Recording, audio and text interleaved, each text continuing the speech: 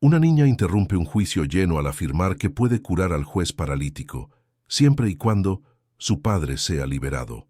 La corte se ríe, pero algo en sus palabras hace que el magistrado se estremezca por dentro. La verdad que carga es tan poderosa que despierta no solo a la justicia, sino también al cuerpo dormido del propio juez.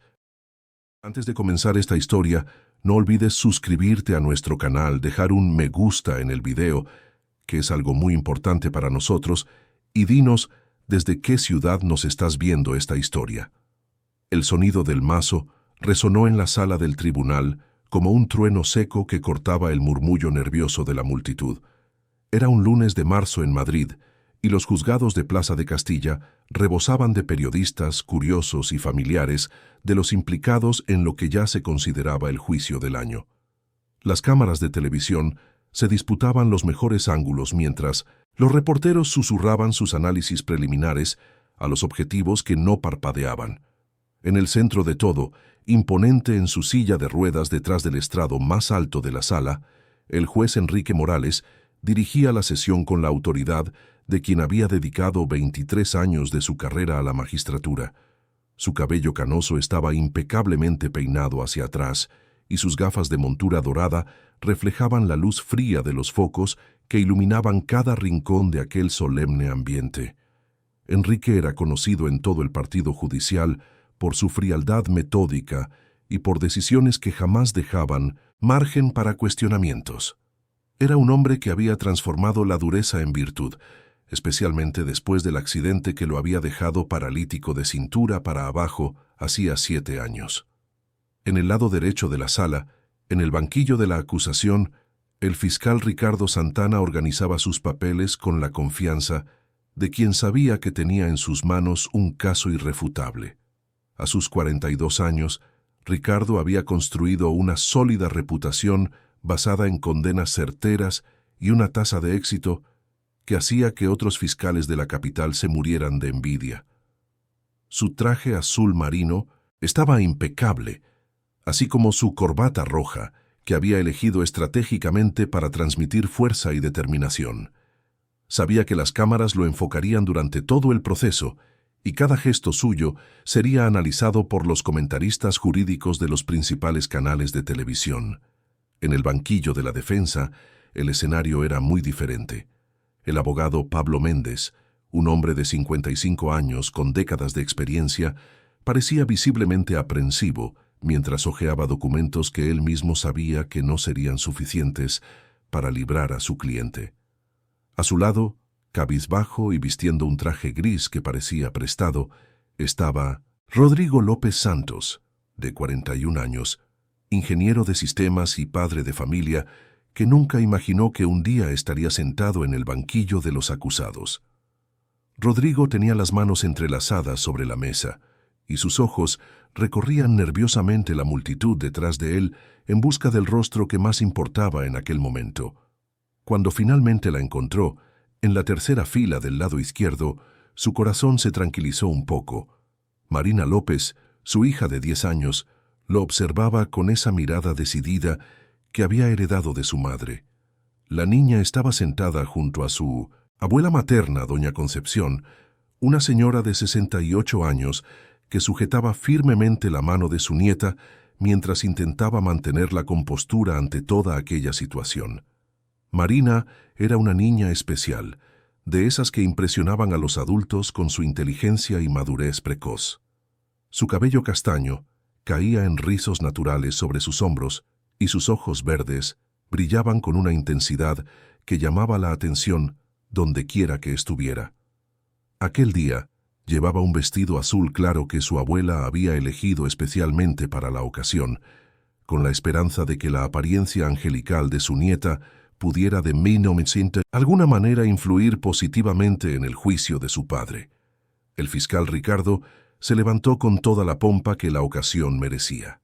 Sabía que este caso sería la coronación de su carrera y ya imaginaba los titulares de los periódicos al día siguiente. La trama de desvío de fondos descubierta en la empresa de inversiones Panorama Capital había movido más de 15 millones de euros, y todas las pruebas apuntaban directamente a Rodrigo López Santos, que trabajaba como analista senior de sistemas de la empresa desde hacía 8 años. Señoría, señores del jurado, estimados colegas y prensa presente, comenzó Ricardo con voz firme y pausada. Tenemos ante nosotros un caso que representa todo lo que hay de más reprobable en el comportamiento humano cuando la codicia se superpone a la honestidad y al carácter. El acusado, Rodrigo López Santos, durante meses utilizó sus conocimientos técnicos y el acceso privilegiado a los sistemas de Panorama Capital para desviar sistemáticamente fondos de los inversores, perjudicando a cientos de familias que confiaron sus ahorros a esa institución. La voz del fiscal resonaba en la sala con la precisión de un actor experimentado. Gesticulaba de forma calculada, ora señalando a Rodrigo, ora dirigiéndose directamente al jurado. Las pruebas que presentaremos son irrefutables, continuó. Inicios de sesión realizados con el usuario del acusado durante la madrugada, transferencias autorizadas a través de su contraseña personal y un rastro digital tan claro como las huellas en la arena. El señor Rodrigo López Santos creyó que su pericia en tecnología sería suficiente para encubrir sus crímenes, pero la justicia moderna dispone de herramientas igualmente sofisticadas para desenmascarar a aquellos que piensan que pueden burlar el sistema. Marina escuchaba cada palabra con atención absoluta, sus pequeños puños cerrados sobre su regazo. Sabía que el hombre del traje oscuro estaba contando una versión de la historia que no correspondía a la verdad que ella conocía. A su lado, doña Concepción susurraba oraciones en voz baja, pidiendo que San Judas Tadeo, patrón de las causas imposibles, intercediera por la familia en aquel momento de desesperación. El abogado Pablo Méndez sabía que su defensa sería ardua. Las pruebas técnicas presentadas por la acusación eran realmente contundentes, y él disponía únicamente de lo que consideraba una defensa emocional basada en el carácter intachable de Rodrigo a lo largo de toda su carrera. Cuando le llegó el turno de hablar, Pablo se levantó con toda la dignidad que pudo reunir. «Su señoría, don Enrique Morales», dijo dirigiéndose respetuosamente al juez, «lo que tenemos aquí no es un caso de culpa probada, sino de circunstancias que pueden explicarse de diversas maneras. Mi cliente, Rodrigo López Santos, es un hombre íntegro, un padre dedicado, un profesional ejemplar durante 8 años en Panorama Capital, sin ninguna mancha en su expediente laboral o penal. Las pruebas digitales, por muy técnicas que sean, no pueden por sí solas determinar la culpabilidad de un hombre sin que se consideren otras posibilidades». El juez Enrique observaba todo con su expresión impenetrable de siempre. A lo largo de los años, especialmente después del accidente que había cambiado su vida para siempre, había desarrollado una capacidad casi sobrehumana para mantenerse emocionalmente distante de los casos que juzgaba. Para él, la ley era clara. Las pruebas hablaban por sí mismas, y los sentimientos no tenían cabida en sus decisiones. Aquella postura le había granjeado respeto y temor a partes iguales entre colegas y abogados. Durante toda la mañana, el fiscal Ricardo presentó su argumentación con la precisión de un cirujano. Se exhibieron documentos, se explicaron peritajes técnicos en detalle y testigos de la empresa prestaron declaraciones que parecían sellar definitivamente el destino de Rodrigo. Con cada prueba presentada, Marina sentía que el corazón se le aceleraba, pero se mantenía callada, observando cada movimiento, cada palabra, cada gesto de los adultos que decidirían el futuro de su familia. Cuando el reloj de la sala marcó las 12:15, el juez Enrique anunció un receso para el almuerzo. La multitud comenzó a dispersarse lentamente, mientras los periodistas aprovechaban para hacer sus primeros análisis en directo para los telediarios. Marina permaneció sentada, todavía de la mano de su abuela, observando a su padre ser conducido por los guardias de seguridad hasta una sala reservada.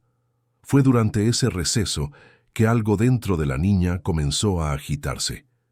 Tenía un secreto, una información que nadie parecía haber considerado importante, pero que ella sabía que podría cambiar completamente el rumbo de aquella historia. Durante los últimos meses, Marina había pasado varias noches en el hospital debido a complicaciones de una operación de apéndice que se había complicado, y en una de esas noches, específicamente en la noche del 15 al 16 de enero, su padre había permanecido a su lado en el Hospital La Paz durante toda la madrugada. La niña recordaba perfectamente aquella noche porque había sido una de las peores de su vida. El dolor era insoportable y le había suplicado a su padre que no la dejara sola. Rodrigo había dormido en una butaca incómoda junto a su cama, sujetándole la mano cada vez que se despertaba asustada. La enfermera de la madrugada, una señora simpática llamada Eulalia, había comentado varias veces lo conmovedor que era ver a un padre tan dedicado. Lo que Marina no entendía era por qué esa información no se estaba considerando en el juicio. Al fin y al cabo, si su padre estaba con ella en el hospital en la madrugada del 15 al 16 de enero, ¿cómo podría haber realizado las transferencias que el fiscal afirmaba que habían ocurrido exactamente en esa fecha y horario? Cuando la sesión se reanudó, a las 2 de la tarde la sala estaba aún más llena.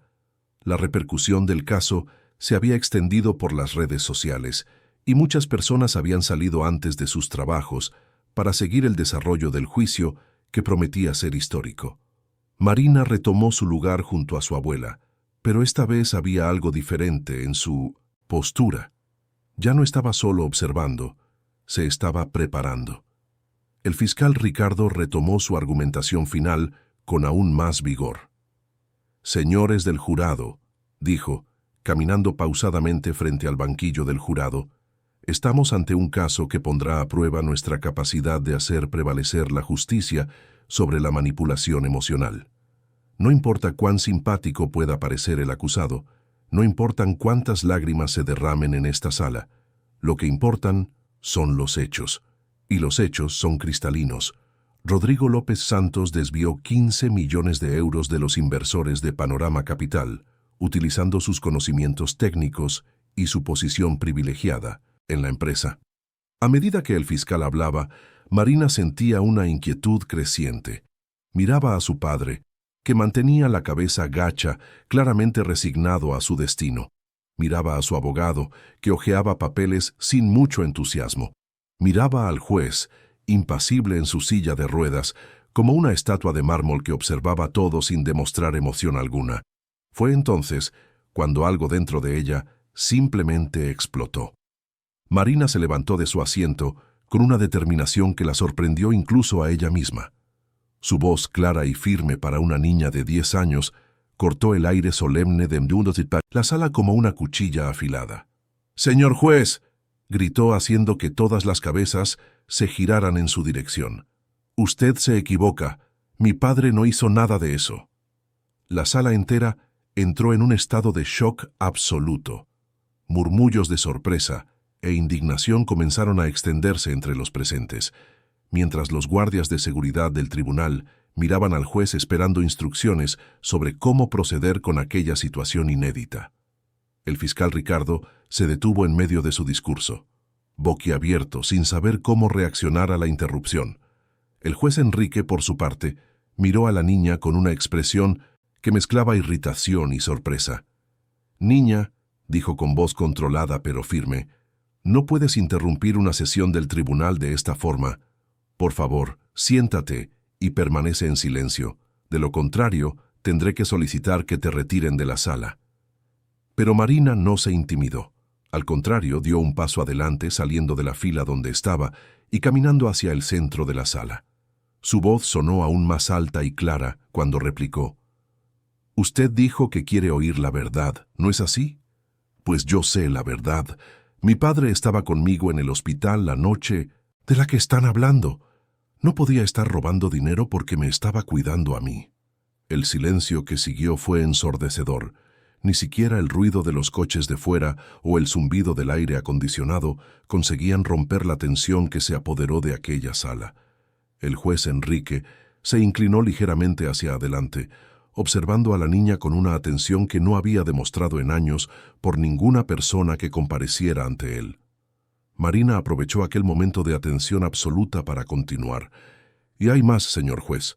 Si usted deja a mi padre en libertad, yo haré que usted vuelva a caminar».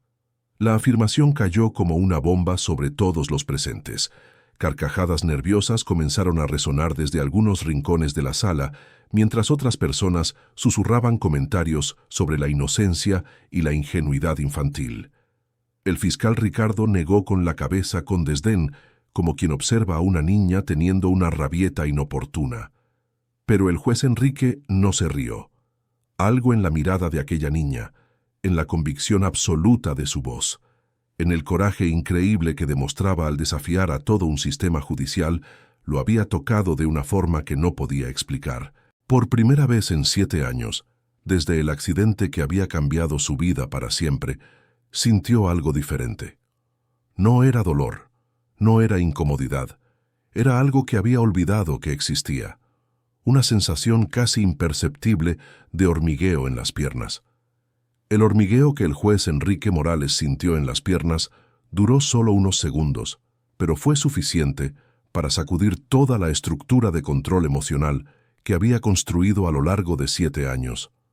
Parpadeó varias veces, intentando procesar lo que acababa de suceder, mientras observaba a la niña que permanecía de pie en el centro de la sala, con los brazos cruzados y una determinación que desafiaba cualquier lógica adulta. La sala continuaba en estado de conmoción.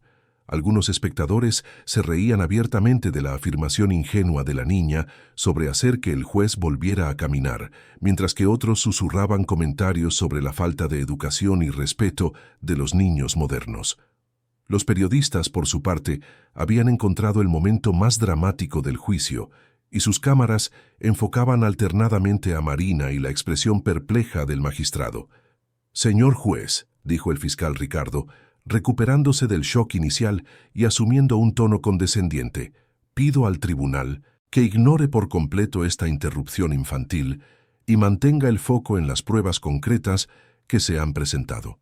Es comprensible que una niña quiera defender a su padre, pero no podemos permitir que emociones y fantasías infantiles contaminen un proceso judicial serio». Pero el juez Enrique levantó la mano solicitando silencio. Algo en la forma en que Marina había hablado, en la convicción absoluta de su voz, lo intrigaba profundamente. En sus 23 años de carrera, había presenciado todo tipo de intentos de manipulación emocional, desde lágrimas ensayadas hasta desmayos teatrales, pero nunca había visto a una niña demostrar tal certeza sobre hechos específicos. «Niña», dijo inclinándose ligeramente hacia adelante, ¿afirmas que tu padre estaba contigo en el hospital la noche del 15 al 16 de enero? ¿Estás absolutamente segura de esa fecha? Marina asintió con vehemencia. Sí, señor juez. Fue la noche que tuve mucho dolor después de la operación de apéndice. Mi padre durmió en la butaca junto a mi cama en el Hospital La Paz, porque le pedí que no me dejara sola. La enfermera Eulalia incluso comentó que era hermoso ver a un padre tan dedicado.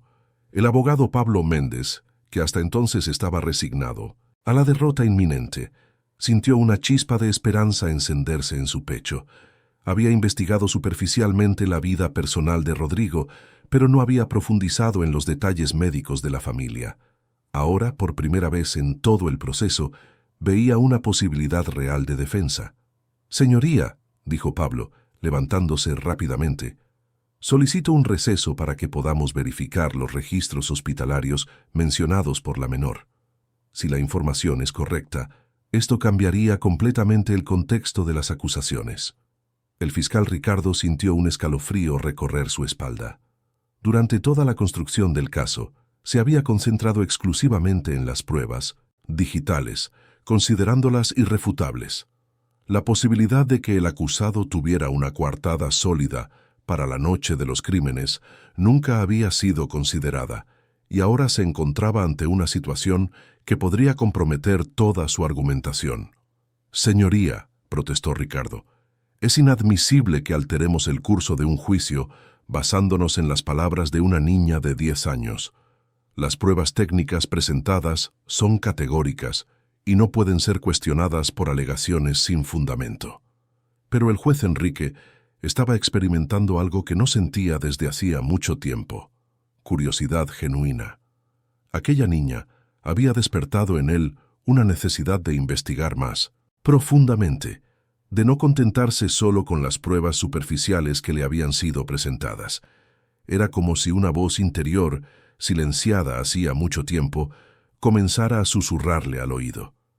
«Señor fiscal», dijo Enrique con voz firme, «en todos mis años de magistratura he aprendido que la verdadera justicia exige que investiguemos todas las posibilidades, por más improbables que parezcan. Si existe la posibilidad de que el acusado tenga una coartada para la noche de los crímenes, es nuestro deber verificar esa información». Marina sonrió por primera vez desde que había comenzado el juicio. Sabía que había conseguido algo importante, aunque no comprendía completamente las implicaciones legales de lo que estaba sucediendo. Su abuela, doña Concepción, le apretó la mano con fuerza, murmurando una oración de gratitud en voz baja. Rodrigo, que había permanecido callado durante toda la discusión, levantó la vista por primera vez en horas. La esperanza que veía en el rostro de su hija era simultáneamente reconfortante y angustiante. Sabía que Marina estaba diciendo la verdad sobre aquella noche en el hospital, pero temía que aún así las pruebas digitales fueran consideradas más convincentes que la palabra de una niña. El juez ordenó un receso de 2 horas para que los registros hospitalarios fueran solicitados y analizados. La sala comenzó a vaciarse lentamente, pero muchos espectadores prefirieron permanecer en los juzgados, sintiendo que estaban presenciando algo histórico. Los periodistas aprovecharon el receso para hacer análisis en directo, especulando sobre los posibles desenlaces del caso. Marina fue conducida por su abuela hasta una sala reservada donde pudieron conversar en privado.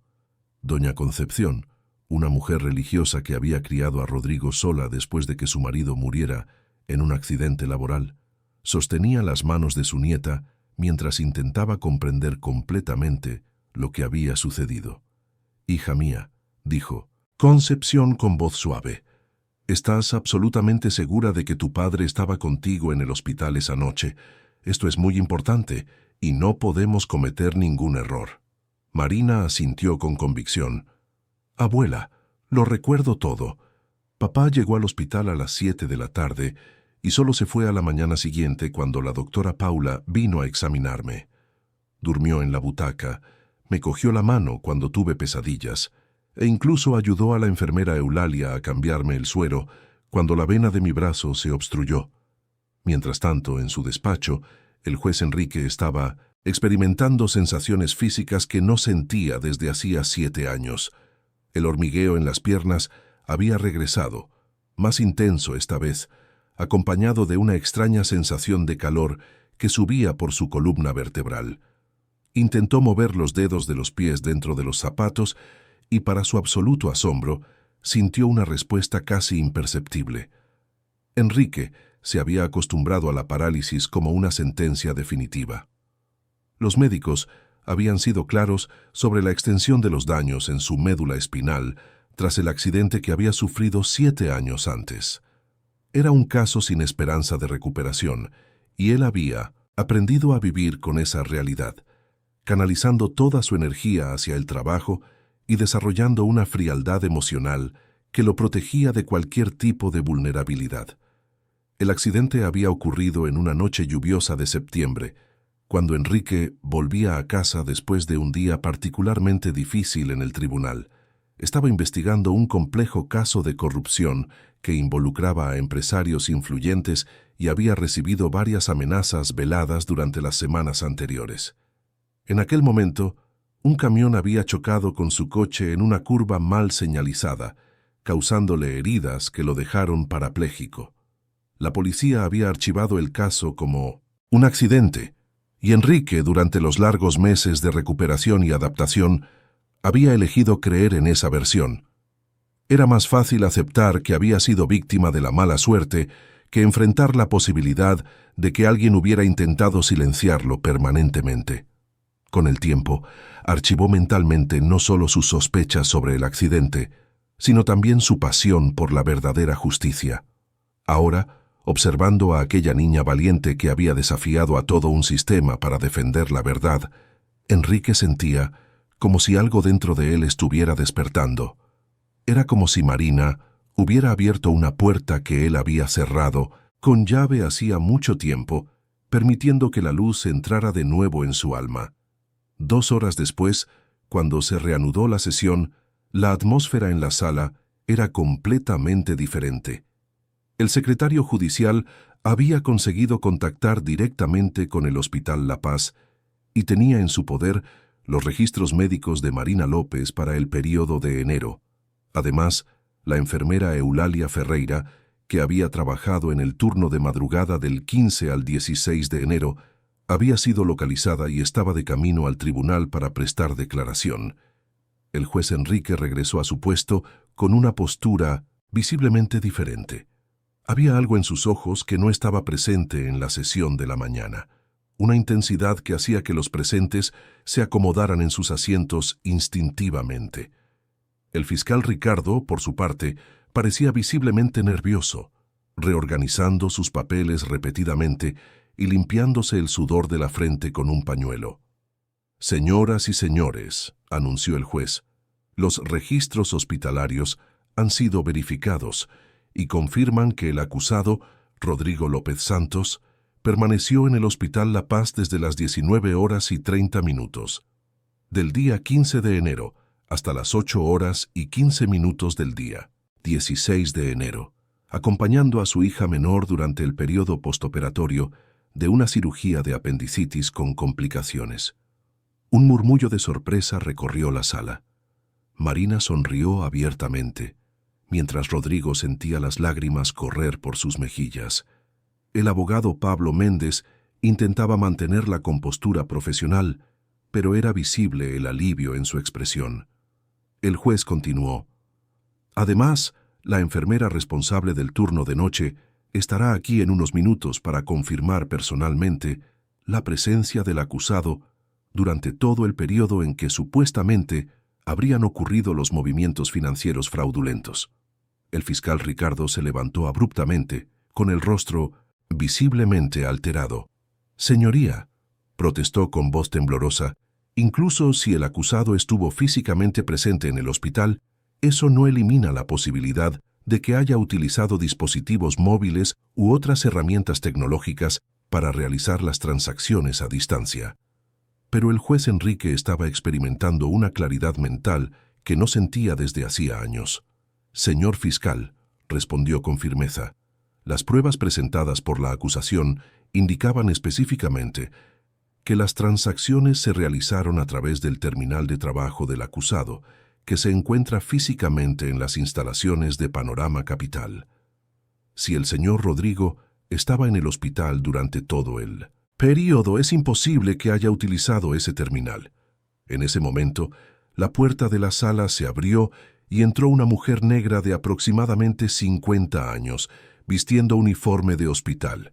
Era Eulalia Ferreira, la enfermera que había cuidado de Marina durante aquella madrugada crucial. Caminaba con la dignidad de quien había dedicado más de 20 años de su vida al cuidado de otras personas, y sus ojos demostraban la bondad natural de alguien que había elegido una profesión basada en la compasión. Cuando Eulalia vio a Marina en el público, su rostro se iluminó con una sonrisa maternal. La niña saludó tímidamente, recordando la amabilidad de aquella mujer que había hecho una noche difícil un poco más soportable. La enfermera fue conducida hasta el lugar donde prestaría declaración, y el juez Enrique la saludó con una cortesía que sorprendió a todos los presentes.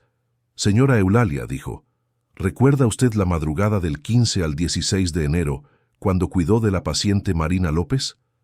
«Sí, lo recuerdo, señor juez», respondió Eulalia, con voz clara y segura.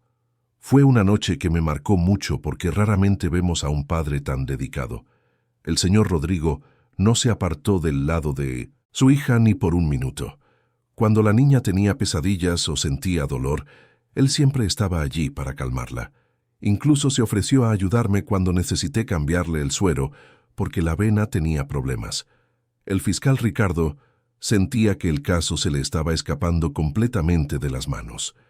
Durante meses había construido toda su argumentación basándose en la infalibilidad de las pruebas digitales y ahora se encontraba ante testigos que contradecían completamente su teoría, pero no estaba dispuesto a rendirse fácilmente. «Señora Eulalia», dijo Ricardo, levantándose con un tono que intentaba ser intimidatorio, «¿está usted absolutamente segura de que el acusado no salió de la habitación ni por unos minutos durante la madrugada? ¿No es posible que se ausentara brevemente mientras la niña dormía?» Eulalia miró al fiscal con la paciencia de quien ya había tratado con muchas personas difíciles a lo largo de su carrera. «Señor», respondió con firmeza, «llevo 22 años trabajando en hospitales y mi trabajo es observar todo lo que sucede con mis pacientes. Puedo garantizar que ese padre no se apartó del lado de su hija ni para tomarse un café. De hecho, yo misma le llevé café durante la madrugada porque se negó a salir de la habitación». En ese momento, el juez Enrique sintió de nuevo el hormigueo en las piernas, más intenso que antes. Esta vez, la sensación fue acompañada por una especie de calor que se extendía por todo su cuerpo, como si cada célula estuviera despertando de un largo sueño. Intentó discretamente mover los dedos de los pies y sintió una respuesta más clara, un movimiento casi imperceptible que lo llenó de una esperanza que había olvidado que existía. La enfermera continuó su declaración, describiendo en detalle cómo Rodrigo había permanecido despierto durante la mayor parte de la noche, hablando en voz baja con Marina cada vez que ella se despertaba, ayudando con los procedimientos médicos y demostrando una dedicación que había conmovido a todo el equipo del hospital. El juez Enrique observaba atentamente cada palabra, cada gesto, cada expresión de Eulalia. Había en ella una autenticidad que contrastaba drásticamente con la actuación calculada del fiscal. Era la diferencia entre alguien que había vivido una experiencia real y alguien que estaba intentando construir una narrativa basada únicamente en datos fríos. Cuando la declaración terminó, el silencio que se apoderó de la sala estaba cargado de significado. Todos los presentes comprendieron que acababan de presenciar un giro que cambiaría completamente el rumbo del juicio. Marina sujetaba con fuerza la mano de su abuela, sintiendo que había conseguido que la verdad prevaleciera, aunque todavía no comprendía completamente todas las implicaciones legales de lo que estaba sucediendo. El juez Enrique anunció entonces una nueva suspensión, esta vez para poder analizar cuidadosamente todas las pruebas a la luz de la nueva información. Pero cuando se preparaba para salir de la sala, algo extraordinario sucedió. Intentó mover la silla de ruedas e, instintivamente, hizo fuerza con las piernas. Para su absoluto asombro, sintió que los músculos respondían ligeramente, como si estuvieran recordando una función olvidada hacía mucho tiempo. El magistrado disimuló su sorpresa, pero por dentro estaba viviendo un torbellino de emociones que no había experimentado en años. Era como si el coraje de aquella niña, su fe inquebrantable en la verdad, estuviera de alguna manera contagiando todo su ser y despertando fuerzas que creía perdidas para siempre. Cuando el juez Enrique Morales llegó a su despacho tras la segunda suspensión del día, ya no podía ignorar las sensaciones físicas que estaban ocurriendo en su cuerpo. El hormigueo se había intensificado y ahora se extendía por toda la región lumbar, creando una sensación de vida que había olvidado por completo. Por primera vez en 7 años, intentó conscientemente contraer los músculos de los muslos y sintió una respuesta débil, pero innegable. Sentado en su silla de ruedas frente al escritorio de caoba que dominaba el ambiente, Enrique abrió los autos del proceso con una atención renovada. Durante toda su carrera, había desarrollado el hábito de aceptar las pruebas presentadas por las partes, confiando en la competencia y honestidad de los fiscales y abogados que comparecían en su tribunal. Pero ahora, movido por una curiosidad que no sentía desde hacía años, comenzó a examinar cada documento con la mirada de un investigador. Lo que descubrió lo dejó profundamente perturbado. Las pruebas digitales, aunque técnicamente correctas, presentaban lagunas temporales que no habían sido adecuadamente explicadas. Los registros de acceso mostraban actividades en el terminal de Rodrigo durante la madrugada del 15 al 16 de enero, pero no había registros de entrada o salida del edificio de Panorama Capital.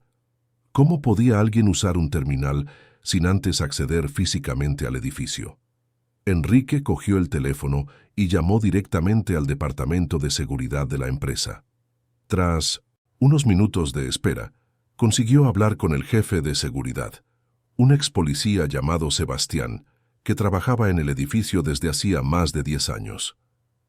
«Señor Sebastián», dijo Enrique, «soy el juez Enrique Morales, responsable del caso Panorama Capital. Necesito confirmar algunas informaciones sobre los registros de acceso de los empleados. ¿Podría verificar si existe registro de entrada del empleado Rodrigo López Santos en la madrugada del 15 al 16 de enero? Claro, señor juez, respondió Sebastián con presteza. Un momento que lo verifico en el sistema. Tras unos minutos de silencio, la voz del hombre regresó con un tono de confusión. Señor juez, esto es muy extraño. No hay ningún registro de entrada del señor Rodrigo López Santos en esa fecha.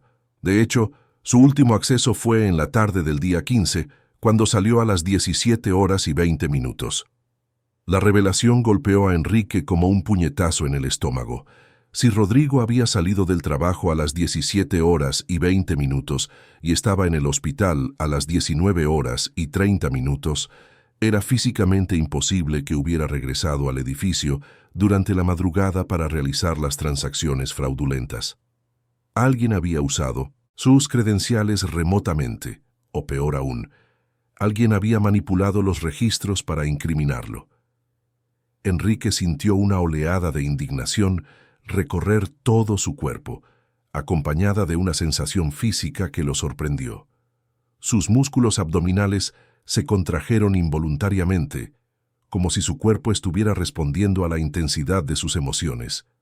Era como si el descubrimiento de la injusticia estuviera literalmente devolviendo la vida a las partes de su cuerpo que habían permanecido dormidas durante años.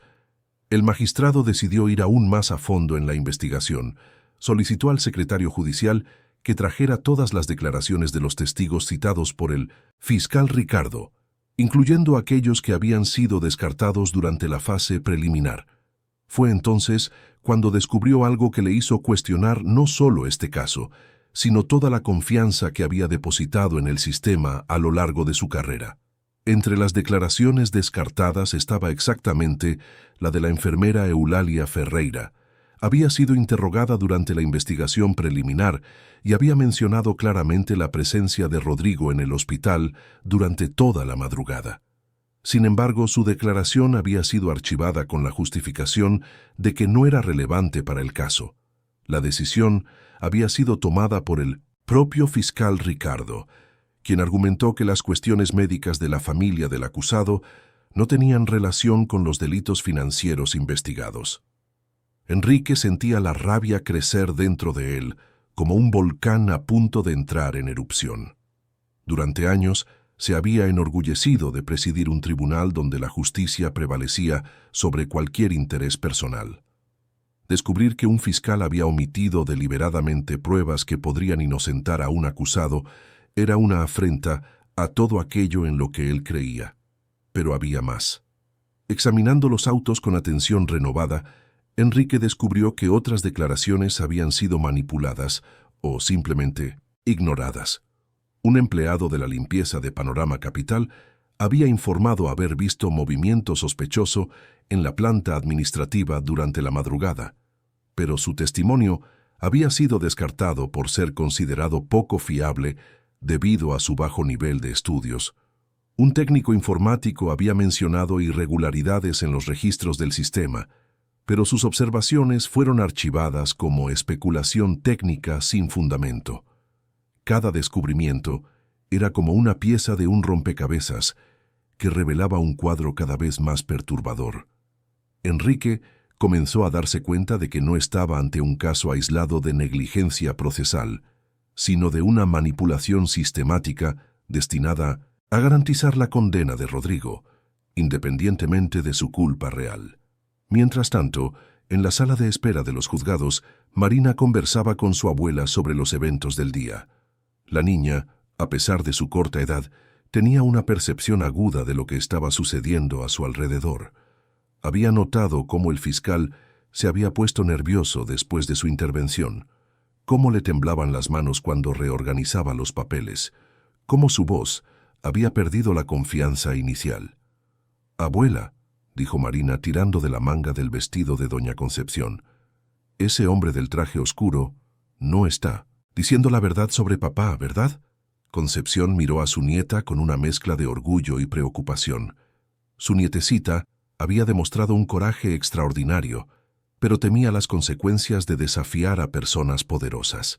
«Hija mía», respondió con cuidado, «a veces los adultos cometen errores, incluso cuando creen que están haciendo lo correcto. Lo importante es que la verdad siempre sale a la luz al final». Pero Marina no estaba satisfecha con respuestas vagas. Había crecido escuchando las conversaciones susurradas entre los adultos de la familia, captando fragmentos de información que los mayores pensaban que no comprendía. Sabía que su padre estaba siendo acusado de robar dinero. Sabía que algunas personas muy importantes querían verlo en la cárcel, y sabía que algo no estaba bien en todo este proceso. De vuelta en el despacho, Enrique decidió hacer algo que no hacía desde hacía años: investigar personalmente los antecedentes del fiscal Ricardo Santana. Lo que descubrió lo dejó aún más perturbado. Ricardo había construido su carrera basándose en una secuencia impresionante de condenas en casos de alta visibilidad, siempre involucrando a acusados que desafiaban de alguna manera los intereses de empresarios influyentes o políticos poderosos. 5 años antes, Ricardo había obtenido la condena de un periodista de investigación que estaba a punto de publicar un reportaje sobre corrupción en contratos públicos. 3 años antes, había conseguido la encarcelación de un contable que había descubierto irregularidades fiscales en una empresa de construcción con conexiones políticas. Y ahora, Rodrigo López Santos, un analista de sistemas que quizás sabía demasiado sobre movimientos financieros sospechosos en Panorama Capital. El patrón era demasiado claro para ser una coincidencia. Enrique sentía como si estuviera despertando de un sueño profundo y descubriendo que el mundo a su alrededor se había transformado en una farsa elaborada. Cada caso que Ricardo había ganado representaba potencialmente a una persona inocente que había sido sacrificada para proteger intereses oscuros. Fue entonces cuando Enrique recordó su propio pasado, un tiempo en el que él también investigaba casos de corrupción, con la pasión de quien creía que podía marcar la diferencia. 7 años antes, poco antes de su accidente, estaba llevando a cabo una investigación sobre una trama compleja que involucraba desvíos en contratos públicos, blanqueo de capitales a través de empresas fantasma y la participación de figuras prominentes del ámbito político y empresarial. En aquel entonces, Enrique había recibido varias amenazas veladas, llamadas anónimas en mitad de la madrugada, coches que lo seguían cuando salía de los juzgados, mensajes dejados en su contestador sugiriendo que debería concentrarse en casos menos complicados. Había denunciado las intimidaciones a la policía, pero las investigaciones siempre tropezaban con obstáculos burocráticos o falta de pruebas concretas. Y entonces llegó el accidente. Una colisión en una curva mal señalizada en una noche lluviosa de septiembre. El informe técnico señaló un fallo mecánico en el camión que lo golpeó, y el conductor, un hombre sencillo del campo, juró que sus frenos habían fallado repentinamente. El caso fue archivado como una fatalidad, y Enrique, durante los largos meses de recuperación y adaptación a la vida en una silla de ruedas, había elegido creer en esa versión. Ahora, observando la forma sistemática en que Ricardo manipulaba casos para proteger intereses poderosos, Enrique comenzó a cuestionar si su accidente realmente había sido una coincidencia. Las sensaciones físicas que estaba experimentando parecían estar directamente conectadas a este descubrimiento, como si su cuerpo estuviera reaccionando a la revelación de la verdad que había suprimido durante años. Enrique intentó de nuevo mover las piernas y sintió una respuesta más fuerte esta vez. Aún no era suficiente para levantarse o dar pasos, pero era un progreso innegable. Era como si cada revelación sobre la injusticia estuviera literalmente devolviendo la vida a partes de su cuerpo que habían permanecido inertes. El magistrado decidió entonces hacer una llamada que no hacía desde hacía años. Buscó en sus archivos personales el número de teléfono del inspector jefe Roberto Mendoza, un hombre íntegro que había trabajado con él en la investigación que fue interrumpida por el accidente. Roberto era una de las pocas personas en quien Enrique todavía confiaba completamente en el sistema de justicia. Roberto contestó al tercer tono, y su voz demostró sorpresa genuina al oír el nombre de Enrique. «Juez Morales, qué sorpresa recibir una llamada suya después de tantos años. ¿Cómo ha estado?» «Roberto», respondió Enrique, «necesito hablar contigo sobre algo muy serio. ¿Recuerdas la investigación que estábamos llevando a cabo antes de mi accidente? ¿Sobre la trama de desvíos en contratos públicos?» «Claro que me acuerdo», dijo Roberto con un tono que se volvió inmediatamente más grave. «Fue una de las mayores frustraciones de mi carrera tener que archivar ese caso. ¿Por qué preguntas sobre eso ahora?» Enrique explicó rápidamente la situación del juicio de 1960. Rodrigo López Santos, las pruebas manipuladas por el fiscal Ricardo y las conexiones que estaba empezando a ver entre diferentes casos. Roberto escuchó en silencio, y cuando Enrique terminó de hablar, hubo una larga pausa antes de la respuesta. «Juez Morales», dijo Roberto finalmente, «nunca dejé de investigar completamente esa trama. No oficialmente, pero en mi tiempo libre he seguido movimientos sospechosos y he recopilado información. Si tus sospechas son correctas, puede que finalmente tengamos una oportunidad de desenmascarar a toda esa organización». La conversación duró casi una hora, durante la cual Roberto reveló que había identificado un patrón de casos manipulados que siempre involucraban a los mismos fiscales, abogados y empresarios. El nombre de Ricardo Santana aparecía frecuentemente en esa red, siempre como el fiscal responsable de garantizar condenas que protegían intereses específicos.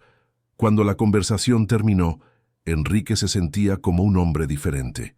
El descubrimiento de que no estaba solo en su búsqueda de la verdad, de que existían otras personas íntegras dispuestas a luchar contra la corrupción sistémica, había reavivado una llama que pensaba que se había apagado para siempre. Fue en ese momento que su móvil sonó. Era un mensaje de texto de un número desconocido. «Ten cuidado con lo que estás investigando. Algunos accidentes pueden repetirse. Tu familia también puede pagar el precio».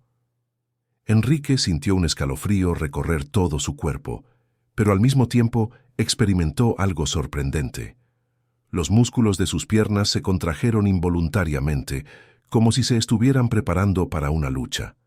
Era como si la amenaza, en lugar de intimidarlo, estuviera despertando aún más su determinación y, en consecuencia, su recuperación física. Guardó el mensaje como prueba e inmediatamente llamó a Roberto, quien prometió iniciar una investigación sobre el origen de la amenaza. Después de eso, Enrique tomó una decisión que no tomaba desde hacía años. Iba a luchar, no solo por el caso de Rodrigo López Santos, sino contra todo el sistema corrupto que había destruido la vida de tantas personas inocentes. Cuando regresó al tribunal para la sesión de la tarde, Enrique estaba irreconociblemente transformado. Había algo en sus ojos que no existía por la mañana, una determinación férrea que hacía que todos en la sala se acomodaran instintivamente en sus asientos. Marina, observándolo desde el público, sonrió como si pudiera sentir el cambio que había ocurrido en el magistrado. El fiscal Ricardo, por su parte, parecía visiblemente afectado. Sus manos temblaban ligeramente mientras organizaba los papeles y había sudor en su frente, a pesar del aire acondicionado de la sala. Era como si pudiera sentir que algo fundamental había cambiado en el curso de los acontecimientos. «Señoras y señores», anunció el juez Enrique con voz firme, «tras un análisis cuidadoso de todas las pruebas y declaraciones, he determinado que este proceso presenta irregularidades graves que exigen una investigación inmediata. Ordeno la suspensión temporal del juicio hasta que todos los hechos sean debidamente esclarecidos». El fiscal Ricardo se levantó bruscamente, con el rostro transfigurado por la ansiedad. «Señoría, esa decisión es totalmente innecesaria.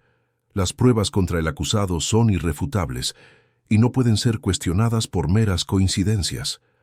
Señor fiscal, respondió Enrique con una frialdad que cortaba como el hielo, cuando se omiten pruebas cruciales, cuando se manipulan declaraciones y cuando la verdad se oculta deliberadamente, no estamos hablando de coincidencias, estamos hablando de obstrucción a la justicia.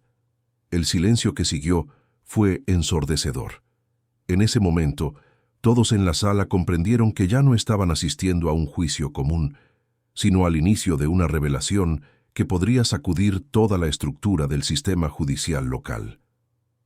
Pasaron 3 semanas desde la suspensión del juicio, y los juzgados de Plaza de Castilla se habían convertido en el epicentro de una investigación que sacudía las estructuras de poder en Madrid. El inspector jefe Roberto Mendoza había movilizado un grupo de trabajo especial que trabajaba 24 horas al día para desentrañar la extensión de la trama criminal que el juez Enrique Morales había comenzado a descubrir. Durante ese período, Enrique había experimentado una transformación que desafiaba cualquier explicación médica. Las sensaciones en sus piernas se habían intensificado progresivamente y ahora podía mover los dedos de los pies con facilidad, contraer los músculos de los muslos e incluso sentir dolor cuando alguien le tocaba las piernas. Sus médicos estaban perplejos, hablando de milagro y recuperación inexplicable, pero Enrique sabía que su curación estaba directamente relacionada con su regreso a la búsqueda de la verdadera justicia. En la mañana de la sesión que determinaría el destino de Rodrigo López Santos y posiblemente de muchas otras personas implicadas en la trama, Marina se despertó con una sensación extraña. Era como si pudiera sentir en el aire que algo muy importante estaba a punto de suceder. Se puso su mejor vestido, una prenda amarilla que su madre le había comprado antes de fallecer, y le pidió a su abuela Concepción que le hiciera sus trenzas más bonitas. «Hija», dijo Concepción mientras peinaba el cabello de su nieta, «sabes que hoy puede ser un día muy especial, ¿verdad? Tu padre puede finalmente volver a casa, y todo esto será gracias a tu valentía». Marina asintió con seriedad. «Abuela, siempre supe que papá era inocente, y también siempre supe que ese juez iba a volver a caminar. Algunas cosas se sienten en el corazón, y el corazón nunca miente». Cuando llegaron a los juzgados, la multitud era aún mayor que en el primer día del juicio. Periodistas de todo el país se habían desplazado a Madrid para cubrir lo que ya se llamaba el caso que cambiará la justicia española. Marina sujetó con fuerza la mano de su abuela mientras caminaban entre las cámaras y micrófonos que se disputaban cualquier declaración.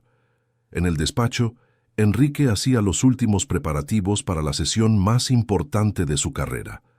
Por primera vez en 7 años, había conseguido ponerse de pie por unos segundos la noche anterior, apoyándose en el escritorio de su oficina en casa. La sensación de tener el suelo bajo sus pies de nuevo había sido indescriptible, como reencontrar una parte de sí mismo que pensaba que había perdido para siempre. Roberto Mendoza llegó al despacho llevando una voluminosa carpeta que contenía el resultado de 3 semanas de investigación intensiva. «Enrique», dijo con evidente satisfacción, «tenemos pruebas suficientes para desmantelar toda la organización. Lo que hemos descubierto va más allá de tus peores sospechas». La investigación había revelado que la trama criminal operaba desde hacía más de 10 años, involucrando una compleja red de empresarios, políticos, jueces corruptos, fiscales y policías que manipulaban el sistema judicial para proteger intereses financieros específicos. Panorama Capital era solo una de las muchas empresas fantasma utilizadas para blanquear dinero desviado de contratos públicos, y Rodrigo López Santos había sido elegido como chivo expiatorio porque había comenzado a hacer preguntas sobre irregularidades que había notado en el sistema. El líder de la organización era Mauricio Beltrán, un empresario multimillonario, dueño de un conglomerado de empresas de construcción que mantenía contratos millonarios con diversos ayuntamientos y organismos autonómicos.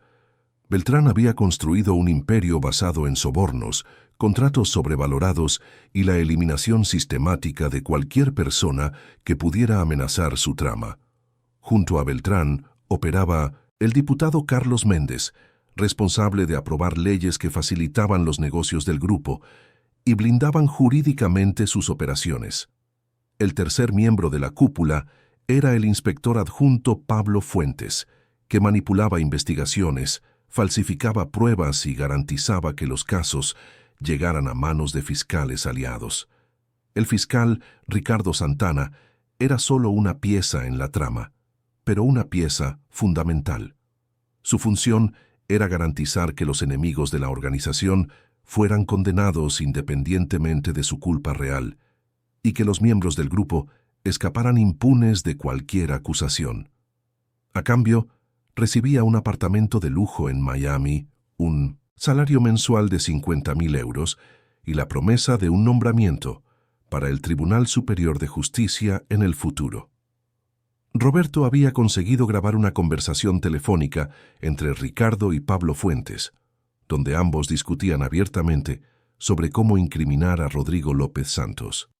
En la grabación quedaba claro que sabían de la inocencia del ingeniero, pero necesitaban un culpable para cerrar el caso de Panorama Capital y proteger a los verdaderos responsables de los desvíos. Pero el descubrimiento más impactante de la investigación se refería al propio accidente de Enrique 7 años antes. El conductor del camión que lo había golpeado era empleado de una empresa de transportes que pertenecía a Mauricio Beltrán. Roberto había localizado al hombre, que ahora vivía escondido en un pueblo de Extremadura, y había conseguido de él una confesión completa. El accidente había sido planeado hasta el más mínimo detalle. El camión había sido saboteado para que sus frenos fallaran exactamente en la curva por donde Enrique pasaba todas las noches volviendo del trabajo. El conductor, un hombre sencillo con hijos pequeños, había sido coaccionado para participar en el plan bajo amenaza de muerte para su familia. Después del accidente, había recibido dinero para guardar silencio y se le había indicado que se mudara lejos de Madrid. Cuando Enrique supo la verdad sobre su accidente, sintió una oleada de emociones tan intensa que todo su cuerpo reaccionó. Por primera vez, desde la parálisis, consiguió mover ambas piernas simultáneamente, flexionando las rodillas y sintiendo la sangre circular normalmente por miembros que habían permanecido inertes durante años. Era como si la revelación de la injusticia que había sufrido estuviera literalmente devolviendo la vida a su cuerpo. La sesión fue fijada para las 2 de la tarde, y cuando llegó la hora, la sala del tribunal estaba abarrotada más allá de su capacidad. Autoridades, periodistas, curiosos y familiares de los implicados se disputaban cada centímetro de espacio disponible. Marina estaba sentada en la primera fila junto a su abuela y su padre, que había sido liberado de la prisión preventiva tras las primeras revelaciones de la investigación. Rodrigo sujetaba la mano de su hija con lágrimas en los ojos. Durante esas 3 semanas había comprendido completamente lo que Marina había hecho por él. Una niña de 10 años había tenido el coraje de enfrentar a todo un sistema corrupto y su fe inquebrantable en la verdad había sido el catalizador para la mayor operación contra la corrupción de la historia reciente de Madrid. Cuando el juez Enrique entró en la sala, el silencio fue absoluto. Todos podían percibir que había algo diferente en él, una energía que emanaba de su presencia y transformaba la atmósfera del ambiente. Maniobró su silla de ruedas hasta su posición habitual, pero había una postura en su cuerpo que sugería que la silla no sería permanente. En el banquillo de la acusación, 3 sillas vacías marcaban la ausencia del fiscal Ricardo Santana y sus asistentes, que habían sido detenidos la noche anterior, como parte de la operación. En su lugar estaba la fiscal general doctora Carmen Silva, una mujer de 50 años conocida por su integridad absoluta y por su especialización en casos de corrupción. La doctora Carmen se levantó con la dignidad de quien llevaba en sus manos no solo la verdad sobre el caso de Rodrigo López Santos, sino sobre toda una red criminal que había operado impunemente durante años. «Señoría», dijo con voz clara y firme, «estamos aquí no solo para corregir una injusticia específica, sino para exponer una trama criminal que ha corrompido las bases de nuestro sistema judicial. Durante 2 horas, Carmen presentó las pruebas recopiladas por el grupo de trabajo, grabaciones telefónicas, documentos bancarios, declaraciones de arrepentidos y un rastro de corrupción que se extendía por decenas de casos manipulados a lo largo de los años. Cada revelación era recibida con murmullos de indignación del público que asistía al desenmascaramiento de una organización que había destruido la vida de cientos de personas inocentes. Cuando llegó el turno de presentar las pruebas específicas sobre el caso de Rodrigo López Santos, Carmen llamó al estrado de los testigos al propio conductor que había causado el accidente de Enrique. José María García era un hombre de 55 años que cargaba con el peso de 7 años de culpa y silencio forzado. Con la voz entrecortada y lágrimas corriendo por su rostro, José confesó cómo había sido coaccionado para participar en el atentado contra el juez. «Señor juez», dijo mirando directamente a Enrique, «durante todos estos años he rezado para que usted se recuperara. Sabía que usted era un hombre bueno y por eso quisieron deshacerse de usted. Usted se estaba acercando demasiado a la verdad sobre ellos». Enrique sintió una emoción tan intensa al escuchar aquella confesión que los músculos de sus piernas se contrajeron involuntariamente. Era como si cada palabra de José estuviera deshaciendo 7 años de parálisis física y emocional. «Señor José», dijo Enrique con voz compasiva, «usted también fue una víctima de ellos. Su valentía al decir la verdad ahora es lo que importa». Fue entonces cuando Carmen presentó la prueba más devastadora, la grabación de la conversación entre Ricardo Santana y Pablo Fuentes, donde discutían abiertamente sobre cómo incriminar a Rodrigo. Las voces de los dos resonaron en la sala a través de los altavoces, revelando un cinismo y una crueldad que dejaron a todos los presentes estupefactos. En la grabación, Ricardo decía claramente: «No importa si es inocente o culpable, necesitamos a alguien que cargue con la culpa por los desvíos de Panorama. Beltrán está nervioso y quiere este caso resuelto rápidamente. ¿Puedes plantar más pruebas en su ordenador?». Y Pablo respondía: «Ya he plantado todo lo necesario. Los registros muestran actividad de madrugada y me he asegurado de que nadie verifique los registros de entrada del edificio. Si algún abogado es demasiado listo, te aseguras de que el juez no acepte las pruebas». El silencio que siguió a la reproducción de la grabación estaba cargado de indignación y horror. Marina sujetaba con fuerza la mano de su padre, sintiendo que finalmente la verdad que ella siempre supo estaba siendo reconocida por todos. Pero el momento más dramático de la sesión aún estaba por llegar. Cuando todas las pruebas fueron presentadas y quedó claro que Rodrigo López Santos era completamente inocente, el juez Enrique tomó una decisión que nadie esperaba. «Señoras y señores», dijo con voz emocionada, «durante 7 años he permanecido sentado en esta silla, no solo debido a la parálisis física, sino porque había perdido la fe en la posibilidad de que la verdadera justicia pudiera prevalecer en nuestro sistema. Una niña de 10 años me ha devuelto esa fe». Enrique hizo una pausa, respiró profundamente, y entonces sucedió algo que nadie en la sala olvidaría jamás. Apoyando las manos en los brazos de su silla de ruedas, el juez hizo fuerza y se irguió lentamente. Sus músculos respondieron con una fuerza que no habían demostrado en 7 años, y cuando consiguió ponerse completamente de pie, un murmullo de asombro recorrió toda la sala. Marina saltó de su asiento con un grito de alegría. «Dije que haría que volviera a caminar», exclamó aplaudiendo mientras lágrimas de felicidad corrían por sus mejillas.